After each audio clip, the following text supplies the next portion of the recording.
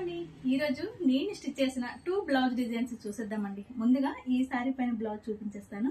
ఇది వచ్చేసి light pink shade లో, అలాగే కింద లైట్ బ్రౌన్ కలర్ లో ఈ విధంగా సారీ ఉంటుంది. దీనిపైన బ్లౌజ్ వచ్చేసి నేను ఈ విధంగా డిజైన్ చేశానండి. బ్యాక్ వచ్చేసి ఇలా స్కాలప్ పెట్టి టెంపుల్ డిజైన్ ఈ విధంగా పెట్టాను. ఇక్కడ థ్రెడ్ అనేది ఈ విధంగా పెట్టేశాను. బ్యాక్ సారీలో పీస్ తీసుకొని ఇక్కడ ఈ పార్ట్ లో ఎంత వరకు వేసి ఇక్కడ మనకి బ్లౌజ్ లో వచ్చిన పీస్ నేను ఈ విధంగా బార్డర్ కింద పెట్టాను. అలాగే హ్యాండ్స్ వచ్చేసి ఎల్బో హ్యాండ్స్ పెట్టి కింద చిన్న క్లాత్ సారీలో తీసుకొని దాన్ని ఈ విధంగా స్కాలప్ డిజైన్ పెట్టానండి. ఈ విధంగా ఈ బ్లౌజ్ అయితే డిజైన్ చేశాను.